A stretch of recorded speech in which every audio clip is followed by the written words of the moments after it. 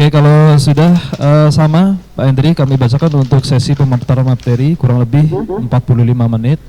Kemudian dilanjutkan dengan sesi tanya jawab kurang lebih 15 menit dan dilanjutkan dengan sesi penyerahan sertifikat secara simbolis dan foto bersama. Untuk pemateri yang ketiga, Profesor Dr. Hendri, Magister Komputer, disilahkan. Baik, terima kasih. Pertama, saya ingin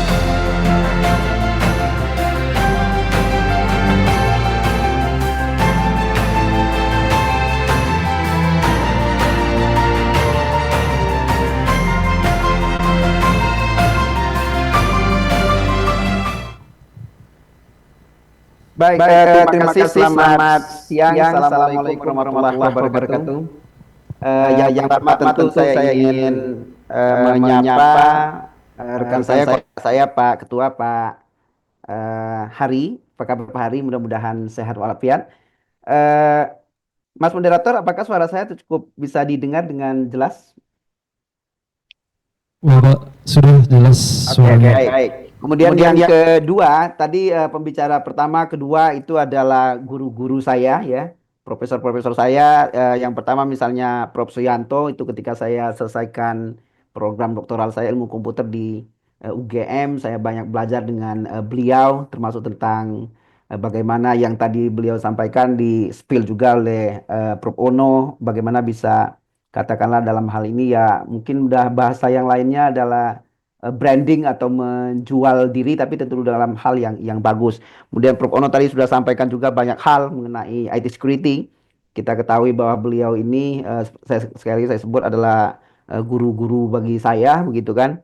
Sejak saya S1 ini sebagai peserta saya spill bahwa Prof. Ono itu sudah berbincang tentang IT security, begitu.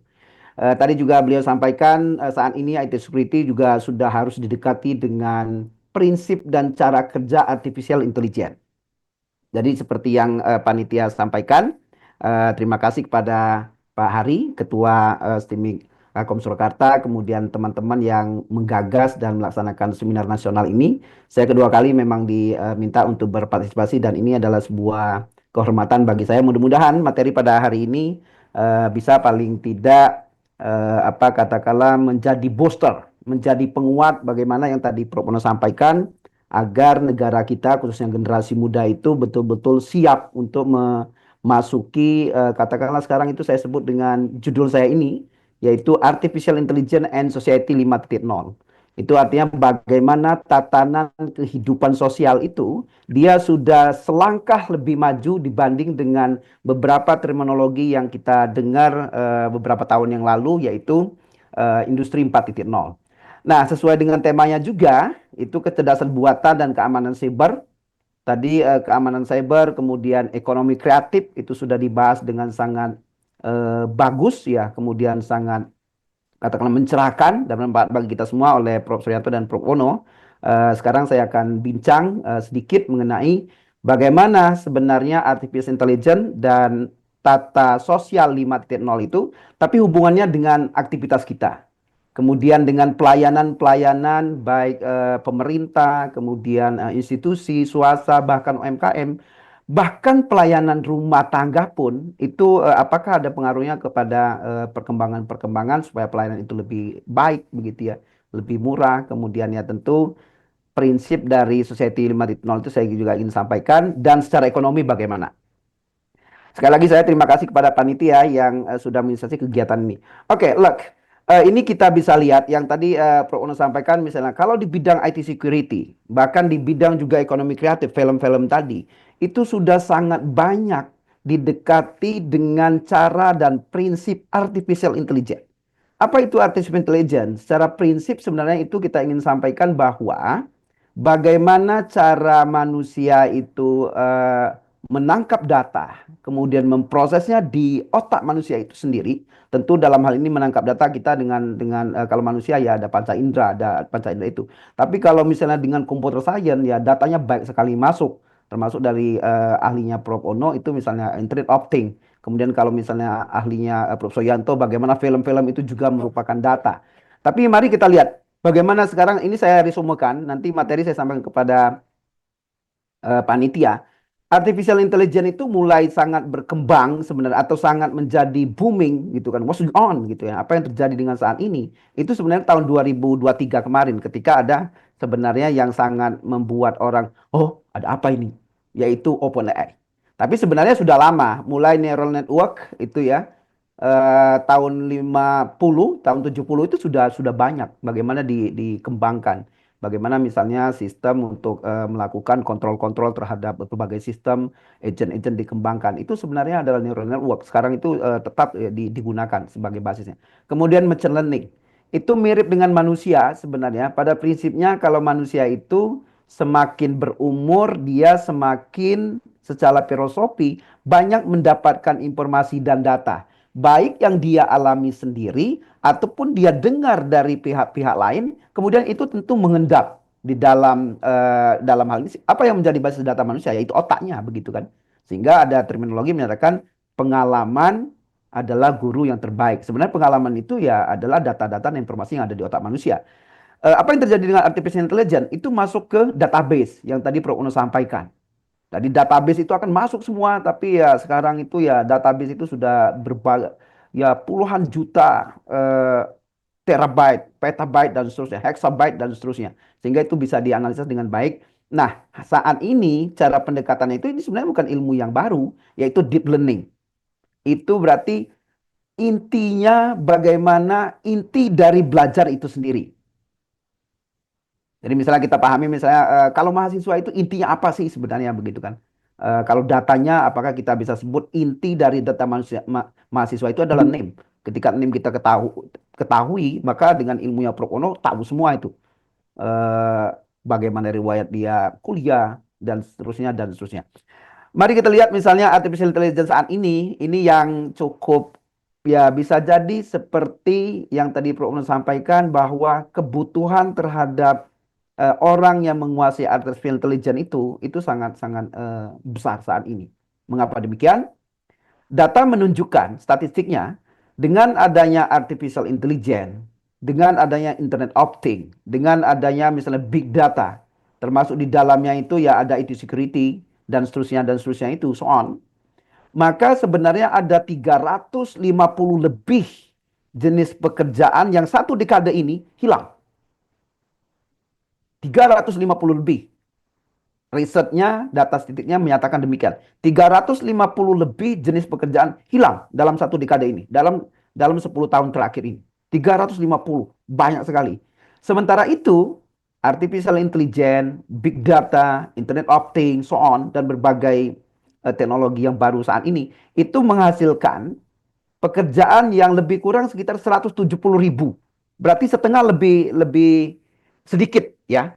Dengan demikian kalau tidak hati-hati seperti yang dari Pro Ono sampaikan, maka artificial intelligence, kemudian big data analysis, internet of things dan seterusnya itu akan banyak kalau tidak siap menciptakan pengangguran-pengangguran. Let's say, mari kita lihat misalnya beberapa tempat itu resepsionisnya sudah nggak ada begitu ya. Kemudian teller-teller sudah nggak ada. Riset juga menyatakan bahwa ATM itu sudah berkurang lebih dari 30%.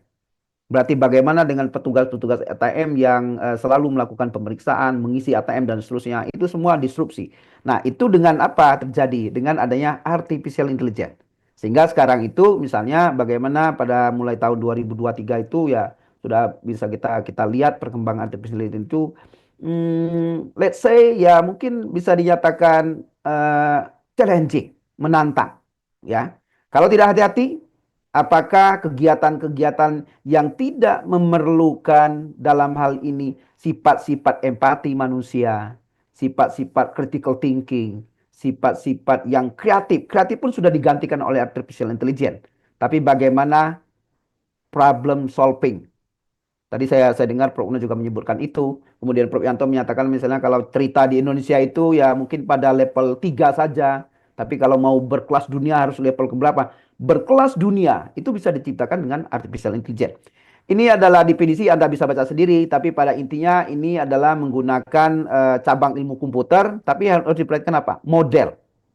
Itu yang kata kuncinya, model gitu ya. Jadi kita harus ya tadi Prof. Una menyampaikan kalau dari IT security ya harus ada sebuah perencanaan tentang keamanan itu dari awal. Sama dengan ini, let's say kalau kita mau menerapkan misalnya katakanlah ada sebuah aplikasi artificial intelligence, tapi bagaimana dia bisa mendeteksi apakah sistem kita itu diserang atau tidak. Dia bisa mengetahui, oh iya, sistem kita sedang diserang. Tapi dia bisa memprediksi berapa lama serangan itu akan masuk ke database kita dan apa yang harus kita lakukan. Itu AI bisa mendeteksi itu. Sehingga ketika kita tahu misalnya katakanlah diserang saat ini, maka kita bisa memprediksi kira-kira berapa lama serangan itu akan betul-betul melumpuhkan sistem kita dan kita bisa melakukan mitigasi. Nah, itu harus dibuat sebuah model ya. Nah, yang cukup menarik adalah bahwa ini dia itu membutuhkan atau berprinsip dan cara kerja itu adalah human intelligence. Itu keren. Human intelligence itu. Kita pahami bahwa otak manusia itu terus bertumbuh. Berarti artificial intelligence makin hari makin cerdas. Makin menyerupai manusia kemampuan-kemampuannya. Sehingga Jack Ma menyatakan bahwa kalau kita mau menantang atau bersaing dengan komputer science dalam aspek misalnya kecepatan, you are drop. Anda pasti kalah. Kalau Anda mau bersaing dengan artificial intelligence atau computer science dan aplikasinya seterusnya itu dengan cara misalnya Anda itu mau dalam tanda petik cerdas tapi hanya IQ, Anda juga akan kalah. Apa yang bisa kita kita menangkan dalam prinsip ini? Satu di antaranya adalah misalnya wise. Berarti kalau orang pintar dia tahu apa yang dia harus lakukan. AI bisa, manusia bisa. Tapi manusia yang sudah pada tatanan yang kalau tadi beliau Prof. Ono menyampaikan itu misalnya siratal mustaqim atau menuju ke sana begitu kan. Orang bijak itu bisa mengetahui apa yang harus dihindarkan atau apa yang jangan dilakukan. Maka sifat-sifat manusia itu yang perlu dilihat. Let's say mari kita lihat ya, ini satu ya. Saya sering menyatakan kepada kepada beberapa perkuliahan termasuk di kelas lab saya mengenai artificial intelligence tapi masih kelas pengantar.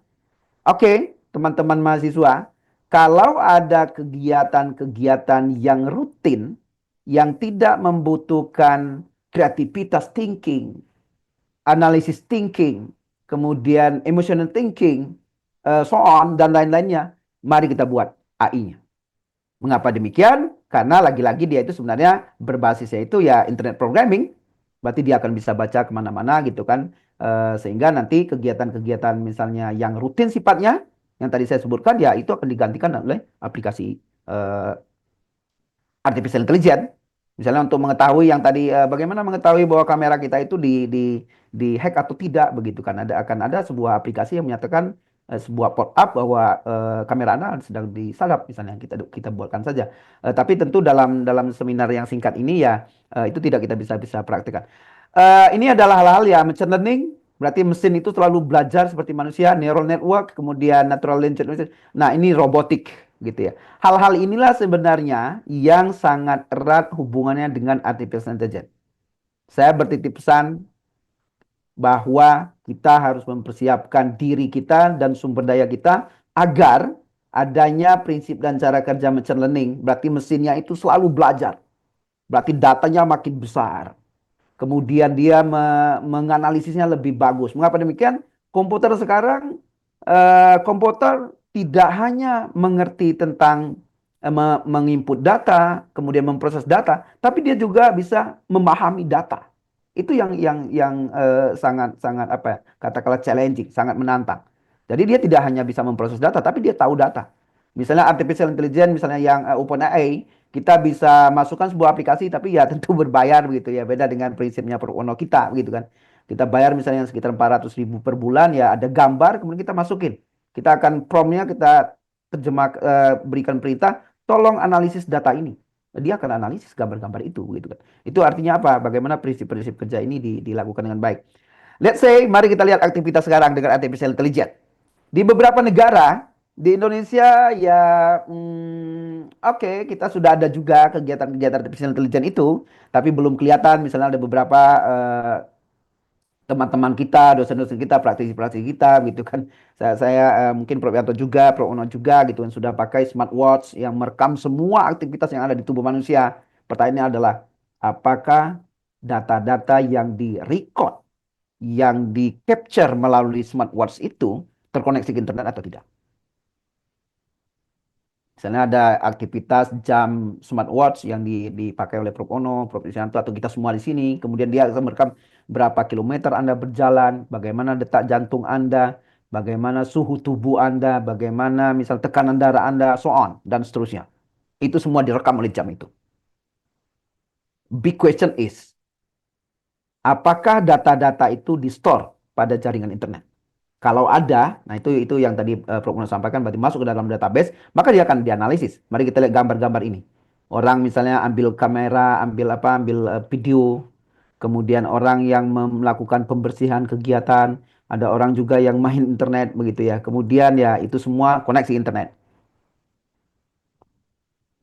Kalau koneksi internet, maka berarti akan ada sebuah data yang embed, yang dimasukkan di dalam sebuah sistem komputer, yang sistem komputer itu terdistribusi. Nanti akan dianalisis oleh machine learning, kemudian ya, mari kita lihat apa yang terjadi misalnya. Maka proses pembelajaran berarti pengalaman-pengalaman kalau sifatnya ilmu pengetahuan dan skill, terutama ilmu pengetahuan, dosen, guru, dan seterusnya itu akan digantikan oleh sebuah robot. Di sebuah negara, saya tidak sebut karena itu sebagai mungkin katakanlah Anda bisa temukan di Google, itu sudah ada kelas yang tidak pakai dosen, tidak pakai guru, robot yang kerjakan di situ, AI yang kerjakan di situ. Tapi lagi di riset apa yang terjadi dengan misalnya katakanlah perkembangan kognitif mahasiswa di kelas itu sedang dilakukan riset. Tapi kecerdasan-kecerdasan robot ini itu bisa lebih, ya jauh, bisa 2 kali, 3 kali lipat dari seorang dosen, seorang guru. Pertanyaan berikutnya adalah Anda bisa chat begitu ya. Bagaimana misalnya dalam hal ini hal-hal yang lain yang tadi saya sampaikan, critical thinkingnya gitu ya. Kemudian problem solvernya, kemudian eh, kreativitasnya dan seterusnya. Kemudian di samping yang lain kita sudah bisa mengetahui bahwa orang bisa diduplikasi dengan artificial intelligence. Berarti bagaimana behavior saya, bagaimana behaviornya Prof. Suryanto, bagaimana behaviornya Pak Hari dan seterusnya. Kemudian itu kita masukkan dalam sebuah database, kemudian kita buat algoritmanya, kemudian ya nanti akan ada robot yang menyerupai kita, tapi biasanya mirip kita. Suara yang mirip kita, begitu ya.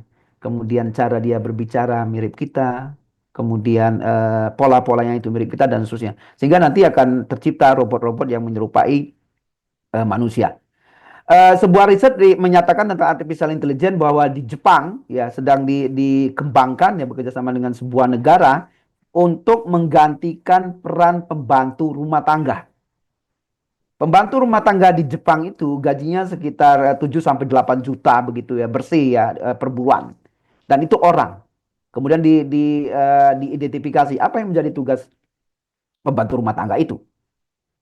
Kemudian itu dibuat sebuah pola-polanya, kemudian jadikan sebuah robot. Maka lagi diuji coba untuk mengantisipasi ya nanti pembantu-pembantu rumah tangga itu, dan itu akan berpengaruh ke Indonesia begitu, akan digantikan oleh robot. Tinggal pertanyaannya adalah bagaimana misalnya hal-hal yang tidak bisa diterjemahkan oleh aplikasi artificial intelligence yang ditanam di robot. Apakah nanti akan tetap memberikan katakanlah tingkat kepuasan pelayanan dalam hal positif dibanding dengan manusia atau robot begitu. Itu sudah banyak dilakukan.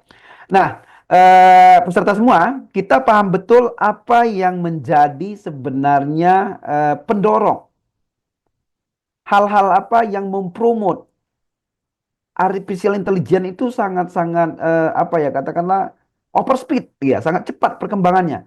Nah, ini ada 12 disrupsi ini gitu kan, yang paling sebenarnya secara tidak langsung, terutama yang OpenAI saat ini, itu sebenarnya adalah Internet of Things, satu diantaranya ya. Mengapa Internet of Things? Karena segala sesuatu peripheral yang terkoneksi di internet, dia merekam data. Dan data itu terkoneksi di internet. Kalau terkoneksi di internet, ilmu Propono sudah sampaikan bahwa itu akan bisa diakses, akan bisa dimodified, akan bisa dianalisis. Dan nanti itu akan menjadi sebuah eh, yang disebut dengan kalau misalnya sumber daya keenam yang sangat strategis begitu ya, itu adalah data dan informasi. Bahkan kalau dulu ada yang menyebutkan misalnya money is power gitu ya, uang adalah segala-galanya, di Indonesia mungkin masih begitu gitu ya, tapi suatu ketika itu akan menjadi ya knowledge is power. gitu ya. Ilmu pengetahuan itu yang menjadi sebuah kekuatan. Itu yang mesti diperhatikan dengan baik. Sehingga ini kalau misalnya ada SDGs gitu, itu juga mendorong. Ini McKinsey dan company melakukan riset, misalnya Internet of Things, cloud teknologi. Tadi Prof. Ono sampaikan, data-data kita di Indonesia, institusi, kemudian perusahaan dan seterusnya itu banyak yang menggunakan cloud teknologi. Itu kalau kita berbicara pada tatanan materi yang disampaikan Lemhanas misalnya, apakah itu nanti akan menjadi senjata makan tuan bagi kita atau tidak begitu. Tapi datanya semua sudah ada di situ dan kemudian itu bisa dianalisis dengan artificial intelligence untuk bisa mengetahui misalnya kalau sekarang mudah-mudahan nggak perang yang sampai di Indonesia, nanti kalau dianalisis dengan artificial intelligence maka bisa diketahui misalnya di Surakarta, di Jogja, di Semarang, itu pada hari-hari apa saja, jam berapa saja, anak-anak muda itu paling banyak di kampus. Sehingga kampusnya itu bisa ditargeting misalnya untuk menjadi katakanlah sasaran apa begitu kan. Nah, itu bisa diketahui dengan koneksinya adanya data-data kita masukkan di cloud teknologi misalnya. Ada juga misalnya automation dan knowledge work ya. Jadi pekerjaan-pekerjaan sebelumnya manusia itu digantikan oleh artificial intelligence tentu dengan robot di situ begitu kan. Nah, ini sangat sangat apa ya katakanlah challenging. Jangan takut tapi kita harus sikapi dengan baik sedemikian rupa. Kemudian advanced robotic ya. Saya beberapa bulan yang lalu berdiskusi dengan rekan saya yang ada di Inti College di Malaysia. Mereka sedang mengembangkan bagaimana kalau kita punya di Indonesia itu ada driver Gojek atau apa gitu ya, something like that begitu ya, sesuatu seperti itu yang mengantar barang ke rumah. Itu di beberapa tempat udah diganti oleh drone. Drone itu Internet of Things. Di dalamnya itu berarti akan ada artificial intelligence yang bisa mengetahui rumahnya Prof Mono itu di mana begitu. Dan berapa lama kalau dia terbang. Kemudian jam berapa perempuan itu ada atau ada siapa di rumah, itu dia bisa tahu semua sehingga dia bisa tahu kapan sebaiknya mengirimkan barang tersebut dengan harapan ketika barang itu tiba ke rumah customer, orangnya ada. Tidak seperti sekarang begitu ya, ketika diantar orangnya nggak ada, titip satpam begitu kan. Itu bisa dilakukan sedemikian rupa. Peserta semua. Nah, apa yang menjadi alasan mengapa AI itu sangat esensial. Nah, ini ada beberapa hal misalnya. Yang satu di antaranya yang betul-betul kita harus mesti perhatikan adalah competitive advantage.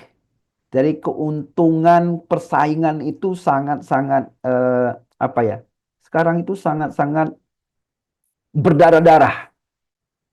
Dan satu di antaranya untuk memenangkan persaingan itu adalah menggunakan artificial intelligence. Jadi kalau kita dekati dengan misalnya pemasaran, begitu kita sudah akrab dengan pemasaran artificial intelligence. Kalau Anda misalnya seperti Prof. Ono sampaikan tadi, klik suatu website tertentu, Anda kliknya itu misalnya produk apa, maka akan masuk ke database. Sebuah algoritma artificial intelligence akan mengetahui bahwa Anda itu hobinya tentang jam misalnya. Dan biasanya Anda klik itu tanggal berapa, ya maka dia akan post sebuah katakanlah dalam hal ini promosi bahwa jamnya sedang diskon begitu kan. Dan itu postnya bukan kalau sekarang ya via email. Suatu ketika dia itu akan post ke WA Anda. Suatu ketika kalau nggak hati-hati seperti Bapak sampaikan akan post ke IG-nya Anda, akan post ke TikTok-nya Anda dan seterusnya. Itu apa ya sangat sangat menguntungkan untuk persaingan. Kemudian ya ada impact ya. Data research menyatakan bahwa misalnya walaupun belum artificial intelligence, tapi itu sudah bisa bisa betul-betul bisa mendorong AI. Misalnya ketika COVID, ya, maka pendapatan retail Indonesia itu bukannya turun, tapi naik sebesar 32% lebih ketika COVID. Padahal orang-orangnya ya pasar-pasar ditutup. Tapi mengapa demikian? Karena ternyata pemasaran-pemasaran yang dekati dengan artificial intelligence itu banyak masuk ke anak-anak muda, Gen Z, milenial, sehingga tetap ada pembelanjaan di situ. Sehingga ekonomi retail pada saat COVID itu 32% naik. Growth. Walaupun di bagian yang lain ada yang misalnya retail-retail tradisional itu ditutup begitu kan.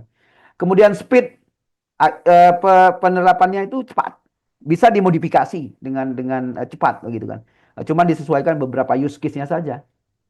Kemudian ya mirip seperti gaya Prof. Ono kita itu. Ya udah kalau mau buku kata beliau, nih saya kasih gratis kayak gitu kan. Kalau mau source code atau apa, nih saya kasih gratis. Sama. Artificial intelligence juga demikian.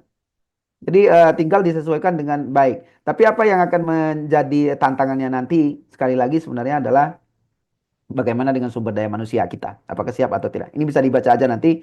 Oke, let's say saya mau bicara tentang tatanan society 5.0 dan AI. Apa yang menjadi tatanan society 5.0 itu pada intinya? Sekarang sudah bisa banyak kita rasakan. Apa itu? Dia itu suka di dalam tanda petik suasana nyaman, keadaannya nyaman. Kalau mahasiswa sedang belajar ya bisa sambil koneksi internet, bisa sambil chatting, ada musik, ada minum, semuanya ada di situ. Ya tentu itu tidak bisa dilakukan dengan baik ketika aplikasi-aplikasi itu tidak berbasis artificial intelligence. Misalnya, ketika kita mau pesan di makanan di suatu restoran begitu. Kalau secara manual dia akan tanya mau pesan apa, Pak? Mau pesan apa, Bu? Kalau kita bertiga ya tanya satu-satu kan minumnya apa, beda-beda juga. Tapi ketika ada artificial intelligence, dia sudah tahu dengan misalnya ada sebuah kamera yang merekam muka kita, dia sudah bisa baca apa yang menjadi kesukaannya Pak Hendy, minumannya apa. Kalau dia masuk ke sini biasanya dia pesan apa, begitu kan. Sama teman-teman juga semua, teman-temannya Pak Hendy kalau misalnya saya gabung di situ dia juga akan set di situ dengan kamera, kemudian dia akan jadikan pola. Ini sebenarnya kamera dengan wajah ini siapa namanya? Apa yang menjadi pemesanan-pemesanan dia selama ini dan seterusnya. Sehingga tatanan yang comfort ini, comfort zone gitu ya, comfort zone-nya dalam artian yang tadi, yaitu kapan perlu ya eh, rebahan di ruang tamunya aja, tapi aktivitasnya produktif. Nah, itu harus diperhatikan dengan artificial intelligence. Sehingga kualitas hidup manusia atau sosial 5.0 itu tetap tinggi sebenarnya ya secara katakanlah dalam ini performance. Kalau kita berbicara tentang kesehatan itu lain lagi begitu ya. Apakah dia ini karena terlalu terlalu tidak banyak gerak dia akan menjadi sakit atau apa itu akan berbeda. Tapi let's say nanti akan ada sebuah aplikasi yang juga bisa mendeteksi apakah orang-orang yang di dalam comfort zone ini misalnya punya kecenderungan katakanlah berat badannya itu akan menjadi kegemukan. Akan ada sebuah reminder dengan baik. Mengapa demikian ya? Karena ada yang disebut dengan cyberspace and physical space ini itu sudah menyatu. Berarti hyper connection.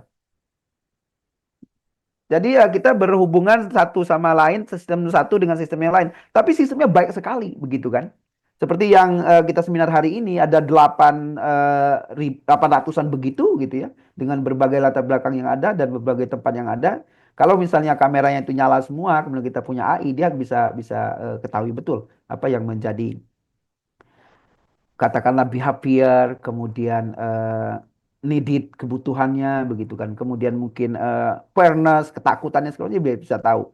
Nah, sehingga tatanannya pada 5.0, society 5.0 itu ya orang-orang ini adalah tetap mengharapkan kualitas hidupnya itu tinggi.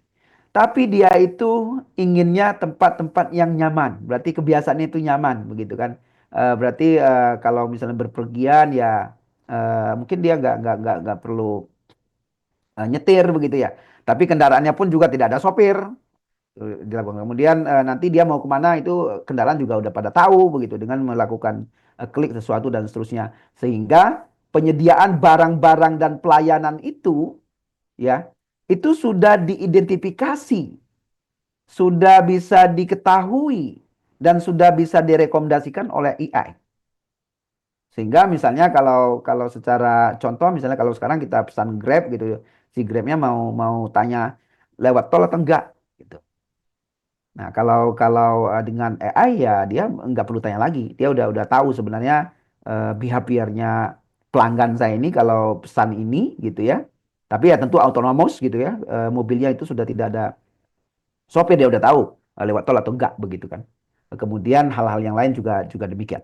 Kemudian dengan demikian maka hal-hal yang di society 5.0, tatanan sosial 5.0 itu ya tetap hal-hal yang berhubungan dengan kebutuhan-kebutuhan vital, kemudian misalnya sumber daya air, kemudian sumber daya energi begitu ya. Sumber daya yang lain itu tetap harus menjadi perhatian. Supaya apa? Supaya ekonominya itu nanti bisa seimbang Berarti ekonominya juga juga bertumbuh. Ini tantangan yang paling besar mengenai Society 5.0 dan AI. Ini saya kira baca saja. Kemudian ini yang penting ya, sekarang kekuatan AI itu bisa berkembang secara mandiri. Ya, itu mirip dengan misalnya bayi yang tidak terlalu perlu diperhatikan perkembangannya oleh ibunya begitu ya. Hanya beberapa beberapa hal saja yang perlu diperhatikan, mungkin asupan gizi gitu ya. Sekarang kan kalau secara ekstrim ya bayi-bayi banyak berkembang dengan gizi yang baik begitu ya. Kita tidak berbicara pada tatanan karena saya sudah disclaimer bahwa AI itu salah satu tantangannya nanti bagaimana sifat-sifat humanitas itu yang perlu dilakukan. Ini bisa dibaca saja deep learning tadi saya sampaikan. Let's say, mari ya kita bahas apa hubungannya dengan sebenarnya perkembangan atau pertumbuhan ekonomi. Negara-negara mana yang sudah melakukan aplikasi AI itu dan apa yang terjadi dengan ekonomi. Oke, mari kita lihat di sini gitu ya. Bagaimana misalnya investasi, aktivitas investasi di AI pada tahun 2013 sampai 2022. Masih perhatikan. Sudah mencapai 119 ratus US dolar gitu ya untuk per manusia. Pikirkan itu. Berarti orang itu udah sadar itu. Misalnya berarti kalau mau beli sesuatu ya dia mesti perhatikan dengan baik begitu kan. Dan itu sebagian besar sudah mulai misalnya masuk kepada merger atau akuisisi. Jadi ada perusahaan-perusahaan begitu ya, dia akan bekerja sama. Mari kita lihat misalnya kalau di Indonesia apa yang dilakukan oleh misalnya Bluebird itu bekerja sama dengan Gojek begitu kan untuk sebuah aplikasi. Tapi nanti mereka akan mengembangkan aplikasi-aplikasi untuk AI misalkan AI yang dikembangkan sedemikian rupa. Misalnya apa yang dilakukan oleh Jack Ma dengan perusahaan yang dimilikinya begitu kan. Itu kerjasama dengan perusahaan-perusahaan Indopedia dan seterusnya. Itu dilakukan sedemikian rupa. Tapi khusus investasi di bidang AI. Bagaimana dengan Indonesia? Nah, itu tadi mungkin Prof. Yono yang Prof. Yono bisa sampaikan. Kemudian mari kita lihat misalnya, nah AI itu apa yang harus kita perhatikan supaya kita bangsa Indonesia khususnya generasi muda tidak hanya menjadi pemakai, tapi juga pengembang. Karena apa? Tentu aplikasi artificial intelligence untuk pengembangan misalnya smart farmer yang ada di Surakarta, Jogja, Solo dan sekitarnya itu bisa jadi aplikasinya itu sedikit berbeda dengan aplikasi artificial intelligence untuk smart farmer yang ada di USA. Karena cuacanya berbeda, kelembapannya berbeda, mungkin bentuk katakanlah tekstur tanahnya berbeda dan seterusnya. Berarti fiturnya yang berbeda, tapi prinsip dan cara kerjanya sama. Misalnya kalau tanaman yang ada di USA itu tetap perlu disiram, tapi dengan kadar yang berbeda. Penyiraman itu dilakukan oleh robot dengan AI. Di Solo juga demikian, di Surakarta juga demikian. Tetap ada penyiraman terhadap tanaman itu, tapi dengan kadar yang berbeda, tapi tetap robot dengan AI yang melakukan penyiraman. Nah, itu tentu dimodifikasi saja begitu. Nah, untuk memodifikasi itu, bahasa pemrograman yang paling banyak digunakan itu ya saat ini adalah untuk program language itu Python. Ya, tentu kalau kita menggunakan untuk data analisis ya yang tadi di spill oleh Prof. Ono ya kita bisa menggunakan yang berbasis dalam hal ini misalnya library. Ada hal-hal misalnya ada R dan bisa gunakan itu Python. Jadi sangat penting itu ya untuk bisa diketahui gitu kan, dipelajari dengan tekun. Ya komputer science saya kira itu umum, kemudian SQL server masih bisa gitu ya, masih bisa dilakukan. Tapi saya ingin spill Python programming. Ya, itu sangat sangat dibutuhkan gitu ya. Supaya bisa kita melakukan penetrasi terhadap pengembangan artificial intelligence.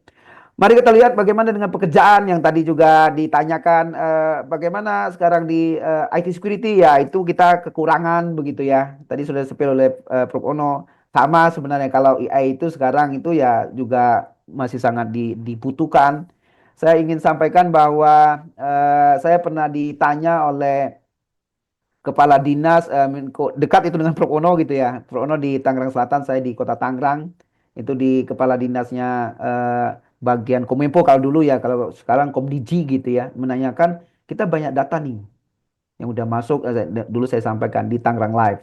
Bisa nggak kita buat beberapa aplikasi tapi ada unsur AI-nya, gitu kan. Kemudian ditanya misalnya bagaimana dengan persiapan sumber daya di situ begitu di pemerintahan, dan itu masih di apa dinyatakan sangat kurang. Mengapa kurang? Karena yang menguasai Python ini nggak banyak gitu, bahkan tidak ada. Bagaimana dengan mahasiswa? Nah, itu juga masih critical, sehingga ini adalah job yang paling banyak dibutuhkan di bidang artificial intelligence. Satu di antaranya adalah tentang information. Lux, perhatikan bahwa information itu bagaimana kita collect data, bagaimana kita melakukan pre-processing data, bagaimana kita melakukan analisis data, kemudian yang terakhir adalah bagaimana kita melakukan interpretasi terhadap, dari interpretasi itu berarti menerjemahkan, mining, mengartikan apa dari makna data itu. Berarti kita bisa visualisasikan, bahkan bisa kita terjemahkan menjadi action yang ada di AI. Itu sangat-sangat dibutuhkan. Baru diikuti yang lain begitu kan, ada mengenai technical services dan seterusnya itu.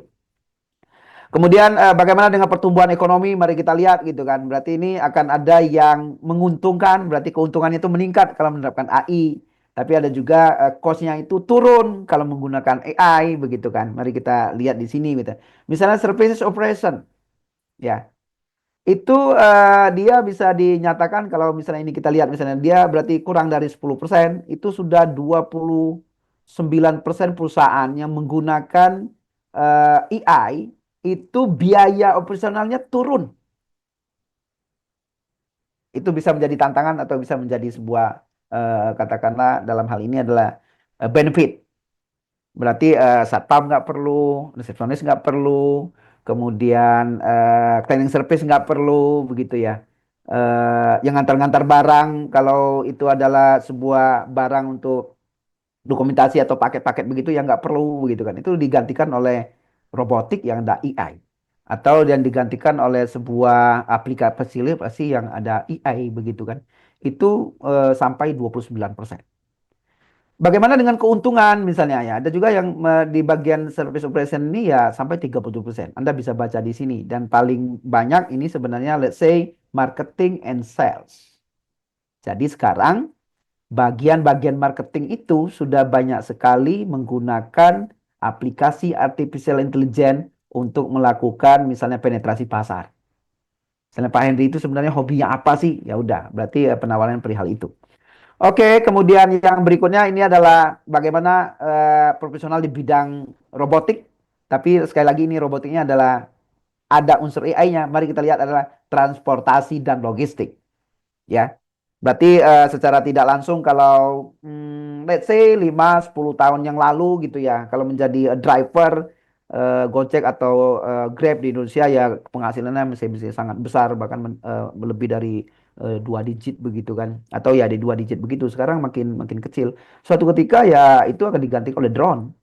Tapi drone itu sekali lagi ada ditanam artificial intelligence di dalamnya itu. Sehingga dia bisa tahu yang mana yang lebih duluan dikirim dan di daerah mana itu diprogramming dan akan menggantikan driver-driver itu di dalam mengurus atau mengirimkan barang-barang ke tempatnya. Bagaimana dengan pertanian? Ini challenging di Indonesia, gitu ya. Smart farmer itu bisa dikembangkan dengan AI, masih banyak begitu ya. Ada sebuah riset yang ada di perguruan tinggi yang dekat Surakarta itu mengembangkan smart farmer dengan robot untuk melakukan penyiraman terhadap salah satu jenis tanaman kalau nggak salah melon, itu cukup cukup berhasil. Bagaimana medical, saya kira itu cukup dibaca. Oke, ini saya ini saja negara-negara Untuk mana. pemaparan materi tinggal 3 menit lagi. Oke, negara-negara mana yang sudah sangat menerapkan ini, ada USA, ada Kingdom, Indonesia belum ada ya. Itu kita cukup cukup ini ya cukup apa katakanlah sedih. Bagaimana dengan machine learning yang ada ini, ada bahasa, kita tahu OpenAI yang sudah sangat menerapkan itu. Kemudian ini adalah negara-negara yang juga sudah menggunakan AI, apa yang mereka dapatkan keuntungannya. Indonesia belum kelihatan ya, belum juga gitu ya. Cina udah sangat besar begitu ya. Ada di sini Asia, tapi ya masih kecil Asia, apalagi Indonesia begitu ya. Kemudian ini bentuk-bentuknya, saya kira ini sudah bisa dibaca sendiri. Ada di Pearson misalnya begitu kan. Kalau sekarang lagi kampanye bisa dibuat sebuah sebuah video yang menyerupai tokoh tertentu, tapi dia bisa kampanye di setiap daerah begitu ya. Saya mau sampaikan yang terakhir ini adalah Hypercycle for Generative AI. Jadi nanti AI itu akan menjadi mirip dengan yang tadi Prof. Ono spill, mirip dengan sebuah agent yang ada di sebuah Trojan. Jadi ketika AI itu digunakan, maka dia beranak pinak. Tapi punya kemampuan yang mirip. Nah, itu jadi ini gitu ya. Jadi sebuah challenging banget. Berarti nanti akan ada sebuah aplikasi AI, tapi dia bisa dipakai untuk ya jangan sampai terjun atau digunakan oleh orang-orang yang tidak bertanggung jawab atau AI-nya itu adalah AI-nya hitam begitu ya. Mesti AI-nya itu adalah AI yang sirotol mustaqim begitu yang tadi Prof. Unu sampaikan begitu ya.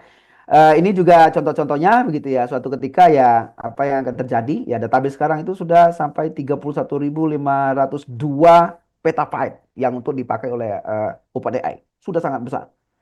Sudah sangat besar dan itu ya kita bisa tanya kemana-mana saja. Ini adalah cara kerja AI-nya begitu ya. Jadi ini data ini masuk semua ke sini, kemudian ada sebuah algoritma.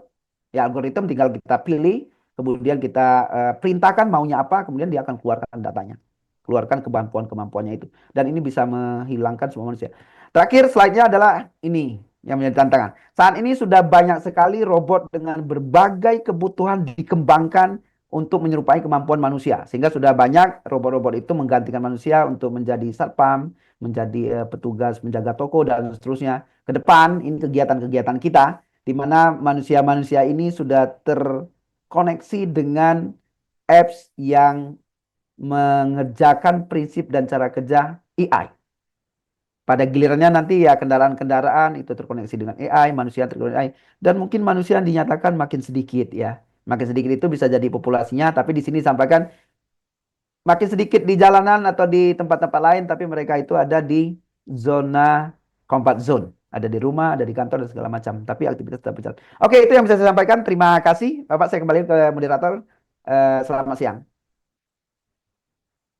Baik, terima kasih Prof. Hendri atas pemaparan materinya. Oke. Kita langsung lanjut di sesi tanya jawab dengan peserta seminar pada siang hari ini. Silakan bagi rekan-rekan yang ada di Zoom yang akan bertanya langsung dengan Prof. Hendri bisa raise hand, nanti kita arahkan untuk berbicara secara langsung. Silakan. Oke, mungkin sambil menunggu Prof. Hendri, ini saya bacakan satu pertanyaan dari teman-teman yang ada di live YouTube. Pertanyaannya, apakah dengan adanya AI akan kontradiktif dengan konsep memanusiakan manusia yang selama ini menjadi dasar bangsa kita? Ini kayaknya yang tanya filsuf sekali ini, Prof. Silakan, Prof. Ya, saya bukan soal filsuf, tapi begini. Jadi AI seperti yang saya sampaikan tadi itu semakin waktu atau semakin hari dia akan mendekati kemampuan manusia, tapi tetap punya batasan-batasan tertentu. Jack Ma di dalam sebuah general space di international forum mengenai AI ini, dia menyatakan bahwa satu di antaranya yang sampai saat ini belum terbayangkan oleh pengembang AI itu adalah AI punya kemampuan manusia dalam hal apa? Yaitu yang disebut dengan wisdom, bijaksana. Jadi kalau misalnya apakah AI itu nanti akan bertentangan atau kontraproduktif dengan sistem pendidikan ataupun yang menyatakan bahwa memanusiakan manusia. Sampai saat ini belum ada kekhawatiran perihal itu karena misalnya satu di antaranya state dari berbagai forum yang saya ikuti mengenai AI, satu yang masih sangat challenging adalah AI itu justru misalnya masih punya tantangan untuk bersikap seperti manusia. Kalau manusia itu bisa menyatakan bahwa oh sikap saya ke orang ini